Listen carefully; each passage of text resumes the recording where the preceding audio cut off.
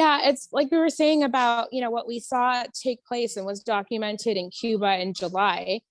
They used just a lot of bots that were putting out information through Twitter. It was mostly tweets, but it also happened on Facebook as well, using the same hashtags, the same lines, the same words. And they were tweeting at a rate of multiple times per second, which is like not possible, even if it was like one person sitting at a computer sending them all.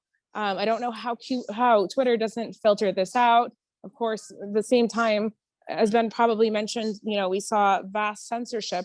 So it's like, this is part of the strategy is to just wipe us all off the internet, us being, revolutionary movements, parties, governments and their institutions, and, alternative media, while also, planting all of these different these different messages to try to obscure the idea of what's going on, obscure reality.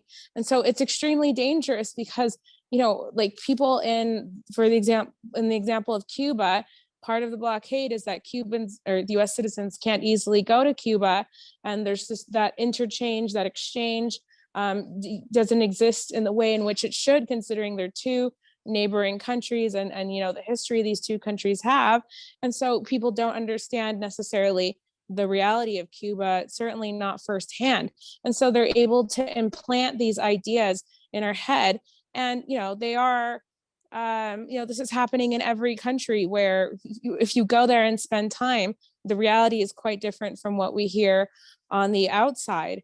And so this happened in the case of Bolivia. It did happen as well in Nicaragua. It's where you just tweet one thing in support or in solidarity with the people of that country, or one truth, and you just get hit by dozens of bots and of people who are trying to exchange the narrative for another. This is like the most important tactic they have, because they know that people spend the whole of their time online.